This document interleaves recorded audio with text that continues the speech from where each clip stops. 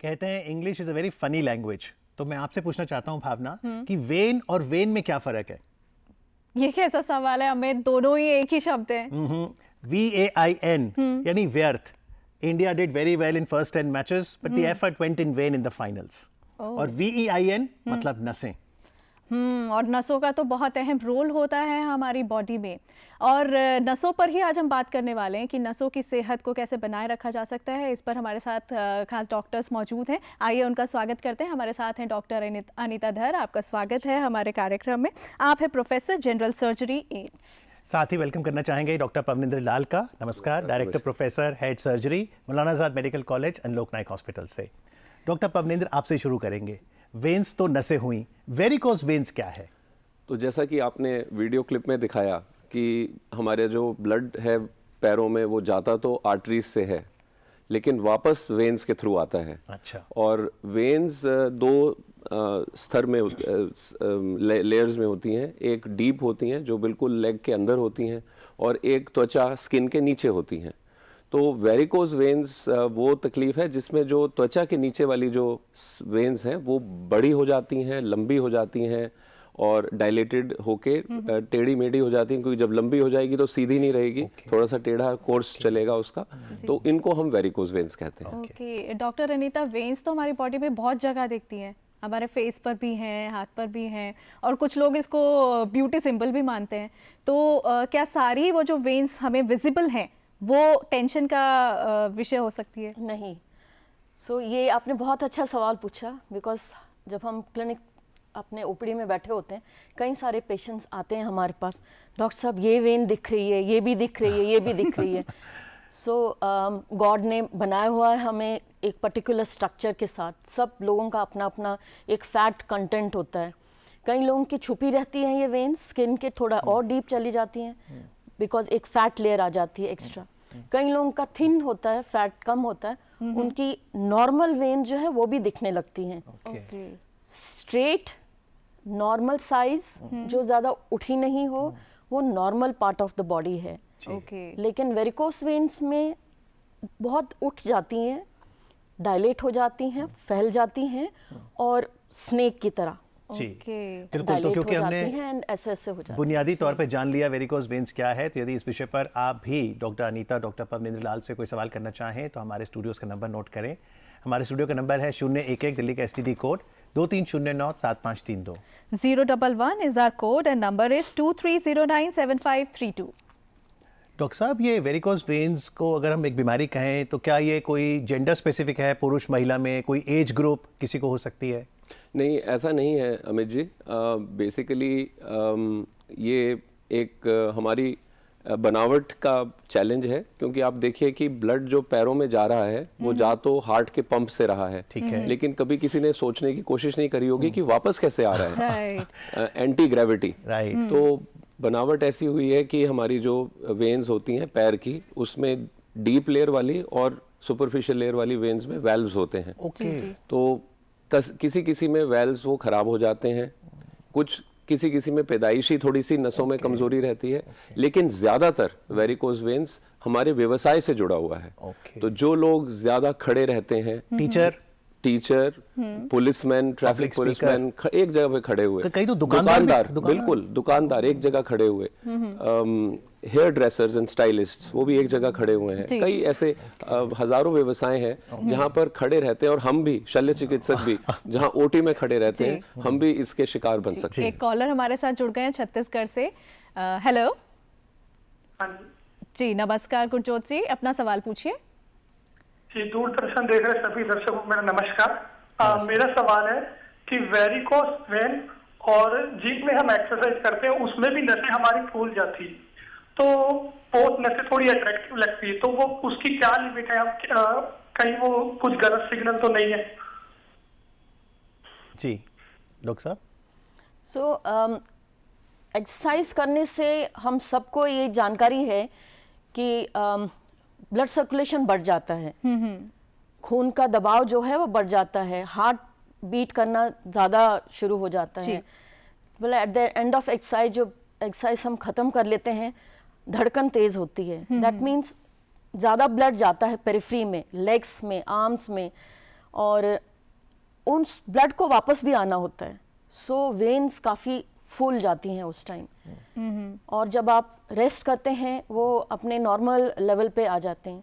अगर वो veins normal level पे वापस आ गई जो आप पहले से थे, दैट मीन्स नॉर्मल वेन्स हैं। अगर वो एबनॉर्मल रही, परसिस्टेंटली एबनॉर्मल रही और ज़्यादा फूल गई जब आप एक्सरसाइज कर रहे हैं, तो आपको डॉक्टर को दिखाना चाहिए। बट जब वो नॉर्मल लेवल पे आते हैं, जैसे आपके स्ट्रक्चर हैं, आपको अपना बॉडी का थोड़ा सा पता है कि हाँ ये मेरी नॉर्मल है, पिछले कई सालों से मेरी ऐसी वेन थी, तो वो ठीक है फिर। तो डॉक्टर जो जिमिंग करते हैं वो स्टेरॉइड्स भी लेते हैं कुछ लोग, तो क्या उससे भी नसें फूल सकती हैं? हाँ देखिए, अब स्टेरॉइड्स लेना तो अच्छी बात नहीं है, क्योंकि जिमिंग का पहला मकसद ही ये है कि हम अपने बॉडी को नॉर्मल तरीके से फिट करें। और कुछ बॉडी बिल्डर्स या कुछ हमारे यंगस्टर्स भी सोचते हैं कि जल्दी से ये हो जाए, तो स्टेरॉइड्स वो जल्दी वाला काम करते हैं, और कभी भी कोई चीज़ जो जल्दी होती है वो ठीक नहीं होती है, तो वो डैमेज करती है शरीर को। और इसीलिए फिजिकल एक्सरसाइज से body building is preferred, and हम नहीं चाहेंगे कि स्टेरॉइड्स कोई भी ले।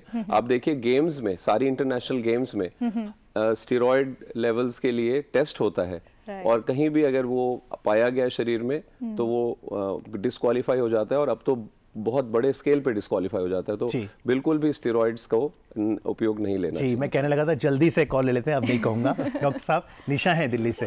हेलो जी, अपने टेलीविजन का वॉल्यूम कम करके निशा जी जल्दी से सवाल करिए। हेलो जी, अपना सवाल पूछिए। जी जी जी सर जी, एक्चुअली सर मैं निशा हूँ दिल्ली से। मेरा बेबी 10 साल का है, और मुझे ये प्रॉब्लम जो हुई वो प्रेगनेंसी के टाइम के बाद हुई, और अब जो मुझे दोनों पैरों की फिल्लियाँ हैं, दोनों में ही पीपल की जड़ों जैसा है, और अब मैं जब भी मंथली पीरियड आते हैं तो मुझे इतना ज्यादा पेन होता है, इनमें प्लम्पिंग होती है कि ऐसे फट जाएगा ये। मैं इस चीज से बहुत ज्यादा परेशान हूँ, मुझे क्या करना चाहिए? जी डॉक्टर अनीता। कि कई सारी लेडीज़ जो प्रेगनेंसी के बाद आती है हमारे पास कंप्लेंट के साथ, प्रेगनेंसी में कई सारे हार्मोन्स की बदलाव आ जाता है, बहुत ज़्यादा बढ़ जाते हैं हमारे लेडीज़ के हार्मोन्स, और उसमें वेन्स भी हिट होती हैं। सब में नहीं होता है, बट कई लेडीज़ में हो जाता है, और वेरिकोस वेन्स डेवलप हो जाते हैं। कई लोग हमारे प्रेगनेंसी के बिगनिंग में ही आते हैं एडवाइस सीख करने, बिकॉज उनकी एक्सपीरियंस होती है कि फर्स्ट प्रेगनेंसी में हुआ, अब सेकेंड में शुरू हो रहा है, या थोड़ी परसिस्टेंट थी, अब क्या करना चाहिए, बिकॉज पेन होती है, डिस्कम्फर्ट काफ़ी होता है। सो उनको इंटरवेंशन या कोई ट्रीटमेंट उस टाइम नहीं देते हैं, बिकॉज प्रेग्नेंट होती हैं। एडवाइस देते हैं कॉम्प्रेशन गारमेंट पहनने के लिए, थोड़ी एक्स्ट्रा चीज़ें जो लाइफस्टाइल ठीक करने के लिए, उनकी सिम्टम्स बेटर करने के लिए, ताकि वो प्रेगनेंसी का टाइम बिताएं। डॉक्टर साहब, ऐसे में क्या घर में कई बार कहते हैं सिकाई कर लो, गरम करें या फिर कोल्ड कंप्रेशन करें? नहीं, वो सब की जरूरत नहीं है। इनफैक्ट वो प्रॉब्लम दे सकता है। और इनका डिलीवरी हो चुकी है, तो अभी जो एबनॉर्मल वेन्स रह गई वो तो रह गई, तो वो प्रॉपर उनको ट्रीटमेंट कराना चाहिए और डॉक्टर की हेल्प लेनी चाहिए उसमें। डॉक्टर लाल, क्या बच्चों में भी ये प्रॉब्लम हो सकती है? नहीं, ये नॉर्मली बच्चों में नहीं। जैसे मैंने आपको बताया कि ये सारी हमारे व्यवसाय से जुड़ी हुई चीज़ें हैं, बॉडी हेल्थ की, हमारे वर्टिकल स्ट्रक्चर की ये हम कीमत अदा करते हैं। तो थोड़ा थोड़ा करके ओवर पीरियड ऑफ टाइम ये डेवलप करती हैं। तो कोई अगर बोले कि मैं 10 दिन का व्यवसाय कर रहा हूँ, तो उससे वेरिकोज वेन नहीं बनेगा। लेकिन हर महीने, साल, कई सालों के व्यवसाय से, और अगर वो हमारी मूवमेंट से रिलेटेड नहीं है, तब जाके varicose veins around mid late 20s, 30s, 40s का, mainly 30 to 40 years of age group में ये है। तो निदान क्या है डॉक्टर इसका? ट्रीटमेंट कैसे करें? दवाई से है या फिर आप दोनों सर्जन हैं कि सर्जरी करनी पड़ेगी? तो पहले तो हमेशा हर पेशेंट को ये अप्रीहेंशन होती है कि क्या करना है। तो जब भी उसके तकलीफ हो, तकलीफ क्या होती है, पैरों में भारीपन आ जाता है, थोड़ी सी स्वेलिंग आ सकती है, सूजन आ सकती है पैरों में, और कई बार जब ये वेरिकोज वेन्स बहुत लंबे अरसे तक रहते हैं तो पैर के पास, एंकल के पास घाव बन सकते हैं। वहाँ पर घाव बनने के पहले और उसके बाद इचिंग हो सकती है, जिसको वो स्क्रैचिंग करेंगे, स्किन के चेंजेस हो जाते हैं, बदलाव हो जाते हैं। तो जब ये शुरू के ही लक्षण हो तो सर्जन को, शल्य चिकित्सक को ज़रूर दिखा लें, ताकि हम इसकी इन्वेस्टिगेशन करें। और इन्वेस्टिगेशंस में जो सबसे important investigation obviously clinical examination है, जिसमें हम डायग्नोज करते हैं कि ये कहाँ पर किस लेवल की बीमारी है, और अंदर की जो वेन है, जो मेन अंदर जो पैर के अंदर की वेन है, वो कहीं ब्लॉक तो नहीं है या वो खराब तो नहीं है। क्योंकि एक चीज ध्यान दीजिए कि अगर रक्त ने, ब्लड ने वापस बॉडी में, हार्ट में आना है तो नॉर्मल चैनल चाहिए, और कई बार अगर नॉर्मल चैनल अंदर वाला वो ब्लॉक्ड है या खराब है तो बाहर की नस ही उसका ऑल्टरनेटिव रूट है। तो उस वक्त उस ऑल्टरनेटिव रूट को हम सर्जरी से ठीक नहीं करते हैं। तो ये सब देखने के लिए कुछ इन्वेस्टिगेशंस करी जाती हैं, अल्ट्रासाउंड, डॉपलर, ये सब करते हैं अपने क्लिनिकल एग्जामिनेशन के साथ। तो डॉक्टर अनीता, क्या कोई थेरेपी भी दी जाती है इसकी ट्रीटमेंट में? ट्रीटमेंट में 2 कंपोनेंट्स होते हैं, 2 हिस्से हैं। एक तो है जो नॉन इंटरवेंशनल सर्जरी के अलावा जो है वो बहुत ही महत्वपूर्ण होता है। That means first of all exercise लोग भागते हैं ऑपरेशन कराने के लिए, इसका कोई लेज़र करा रहा है, कोई कुछ करा रहा है, बट वो एक इम्पॉर्टेंट कंपोनेंट जिसके कारण ये शुरू हुआ उसको एड्रेस करना ज़रूरी है। That means every 20 minutes sedentary people, जो ऑफिस पीपल है, बहुत लंबे टाइम के लिए बैठे रहते हैं एक ही जगह में, उनको भी they are also vulnerable. So advice ये होती है कि हर 20-25 मिनट में थोड़ी देर के लिए उठें और मूव अराउंड करें। कोई खास एक्सरसाइज पैरों की जो बैठे बैठे कर सकते हैं? बिल्कुल है। जैसे एक्चुअली क्या है, जैसे ऊपर हमारा हार्ट है जो पंप करता है ब्लड, और पेरिफेरी में एक और हार्ट है जिसको काफ मसल्स, जो हमारी सबसे नीचे पीछे के मसल्स बल्क होता है, वो पेरिफेरल पंप कहलाता है। अच्छा, ओके। सो उस पेरिफेरल पंप को एक्टिव रखना होता है, वो बिल्कुल चुपचाप बैठा रहे। आप 8 घंटे तक कंप्यूटर पे बैठे हैं और ये सब है, स्टैग्नेशन होती है, कई सारे क्लॉट्स बनने के चांसेस होते हैं, वनरेबिलिटी ज़्यादा बढ़ जाती है। तो वो ज़रूरी है उस काफ को एक्टिव रखना। एंकल की एक्सरसाइज करना ज़रूरी है। जी, यानी एक तो है कि लॉन्ग स्टैंडिंग अगर आपका ऑक्यूपेशन है तो भी हो सकता है, या अगर आपकी सेडेंटरी लाइफस्टाइल आप बैठे रहते हैं तो भी हो सकता है। फिलहाल हरियाणा चलते हैं, ओम प्रकाश जी हैं फोन लाइन पर। हेलो। आने वाले समय में निश्चित रूप से बेहतर होगा, उसमें आपको चिंता करने की कोई आवश्यकता नहीं है। थोड़ा ओम जी अपना प्रश्न दोबारा रखें। हेलो। हाँ जी ओम जी, अपना प्रश्न पूछिए। मेरे उंगली और अंगूठे की नसें सुन्न हो गई हैं। अच्छा, उसमें क्या जो वेन भी बाहर आती है? नहीं जी। अच्छा, कब से सुन? पूरे अगले हिस्से। एज। ओके, आपकी उम्र कितनी है? हेलो। हाँ जी, आपकी उम्र कितनी है ओम प्रकाश जी? उम्र 80 साल है जी। 80 साल। और ये समस्या कब से आपको? ये अभी कोई 4-5 महीने से ऐसा हुआ है। डॉक्टर साहब। ओम जी, 80 साल के आप यंग हैं, लेकिन हमें ये बताना ज़रूरी है कि खाली वेन्स शरीर में तकलीफ़ नहीं देती हैं। एक और कंपोनेंट जो अभी आपको बताया गया, आर्टरीज होती हैं जो दिल से नसें निकलती हैं और लेग्स में जाती हैं, जो खून लेके जाती हैं। कभी कभी उन नसों में हमारी बढ़ती हुई उम्र के हिसाब से फिर उसमें भी खून का दबाव कम हो जाता है। एक वो रीज़न है, और दूसरा है वो कह रहे हैं कि सुन्नपन है। दूसरी चीज़ होती है कि कमर में कभी कभी कंप्रेशन होता है, जो रीढ़ की हड्डी, हमारा जो कॉर्ड जिसमें से नसें नीचे जाती हैं, महसूसियत की नसें जो होती हैं, उसमें कभी कभी दबाव होता है, उससे भी नमनेस आ जाती है। तो ये 2 अलग चीज़ें हैं जो उनको थोड़ा डॉक्टर को दिखाना चाहिए। एक तो है डॉक्टर लाल कि हम समय से डॉक्टरी सलाह कर लें अगर कहीं हमें लगता है वेरिकोज वेन्स हो सकता है। अगर मान लो कोई समय से डॉक्टर के पास नहीं आता तो क्या वेरिकोज वेन्स की कुछ और कॉम्प्लिकेशंस भी हो सकती हैं? जी, मैंने आपको जैसे बताया था पहले कि वेरिकोज वेन से पहले थकान बढ़ेगी, फिर इचिंग होगी, जख्म बन जाएंगे पैर में। तो समय से उपचार कराना तो बहुत ज़रूरी है। प्रिवेंशन की तरफ हमारा बहुत झुकाव रहता है, और जैसा कि हमने पहले भी डिस्कस किया कि जो ये सारे व्यवसाय हैं जिसमें लोग लंबे अरसे तक खड़े रहते हैं, एक तो वो पीरियोडिकली एक्सरसाइज करें, अपनी काफ की टिप टो मूवमेंट्स करें, जैसे आप और मैं अभी कर रहे हैं। बिल्कुल। ये कितनी देर करें डॉक्टर साहब? 4 से 5 मिनट बीच में। और दिन में कितनी बार? हर 1-1.5 घंटे में करते रहें। देखिए फ्लाइट्स में सब लोग कहते हैं कि पानी जरूर लीजिए और थोड़ा सा चलिए, क्योंकि फ्लाइट्स जब लेते हैं तो आदमी बैठ जाते हैं लंबे अरसे, 8, 10, 12 घंटे की फ्लाइट में, उसमें खून में क्लॉटिंग होने के चांसेस हो जाते हैं, वो डीप वाली नसों में। और जो लंबे समय तक खड़े रहते हैं उनको स्टॉकिंग्स पहननी चाहिए। तो हमारे पास आजकल ग्रेजुएटेड कंप्रेशन स्टॉकिंग्स आती हैं, जो हमारे नॉन ऑपरेशन का एक बहुत इंपॉर्टेंट।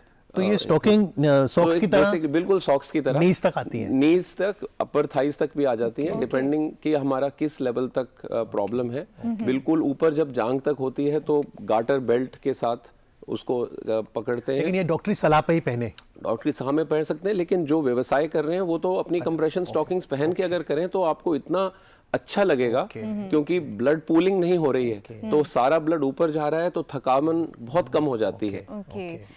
डॉक्टर अनीता, एक सवाल हमेशा व्यूवर्स को परेशान करता है कि अगर कोई ट्रीटमेंट चल रहा है, मेडिसिन शुरू हो गई है, कुछ भी है, तो कितनी लंबी ये चलेगी और क्या पूरी तरीके से क्योर हो पाएगी समस्या?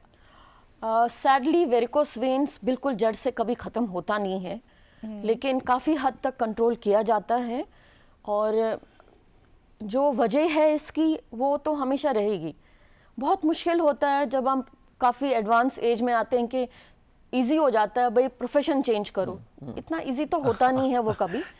तो हम कंटिन्यू करते हैं उस प्रोफेशन में, तो इसलिए आपको प्रिकॉशंस लेना बहुत ज़रूरी है लाइफ टाइम के लिए। यानी जैसे टीचर जो पढ़ा रहा है वो कुछ समय के बाद बैठ जाए?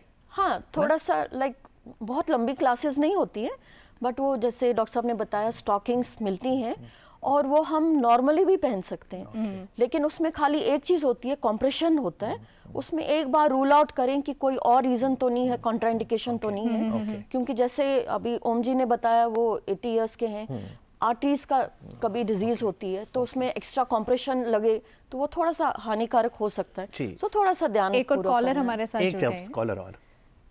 हेलो दुर्गा जी, अपने टीवी का वॉल्यूम कम कर लीजिए। जी मैम। जी नमस्कार, अपना सवाल पूछिए। हाँ जी sir, good morning. Good morning. Good morning sir. जी सवाल पूछिए। Good morning. मेरे 3 बच्चे सिजेरियन से हुए हैं डॉक्टर साहब जी, और अब मतलब है हाथ की कॉर्निक का जॉइंट और मतलब पाँव में कुल्ले से लेके जांग तक बहुत ज्यादा दर्द आता है। मैं मतलब राइट तरफ सो नहीं पाती हूँ और जब लेफ्ट तरफ भी सोती हूँ तो बहुत ज्यादा खिंचाव होता है। जी डॉक्टर साहब, ये वेरिकोज वेन्स तो नहीं है? नहीं। इनकी उम्र कितनी है? तो मैं ज्यादा आप अपनी एज बता दीजिए। एज मेरी है 46। सो हमारे शरीर में जैसे अगर हम लेग्स को ही लें तो मसल्स हैं, जॉइंट्स हैं, बोन्स हैं, कई और स्ट्रक्चर्स हैं जो भगवान ने बनाए हैं, गॉड ने बनाए हैं, तो उसमें एक जॉइंट कंपोनेंट भी आता है। सो ये एक काफ़ी ओवरलैप हो जाता है कि ऑर्थोपेडिक्स वाले हमारे पास भेजते हैं, हम उनके पास भेजते हैं। कभी कभी क्या होता है, 2 चीज़ें इकट्ठे भी हो सकती हैं कि जॉइंट्स की प्रॉब्लम भी किसी पेशेंट में हो, जैसे कई सारे पेशेंट्स की ऑस्टियोआर्थराइटिस बिल्कुल ये होता है, और वेन्स भी दिखती हैं, मतलब वेरिकोस वेन्स। अब वो कौन सा ज़्यादा महत्वपूर्ण है 2 में से, किसका ट्रीटमेंट वो पहले कराएं, तो जॉइंट्स की इन्वॉल्वमेंट हो सकती है अलग से, जबकि वेन्स भी वेरिकोस वेन्स दिख जाए।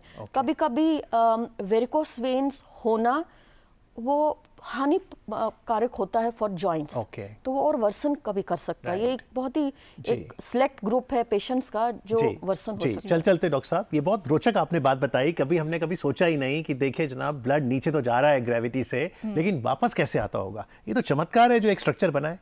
देखिए यही बॉडी तो पूरी चमत्कार से भरी हुई है। हमारी फिल्ट्रेशन हो रही है किडनी से, हार्ट से पंपिंग हो रही है। अगर हम घर का पंप कभी खुला छोड़ देते हैं तो जल जाएगी मोटर, लेकिन ये देखिए कैसा पंप है।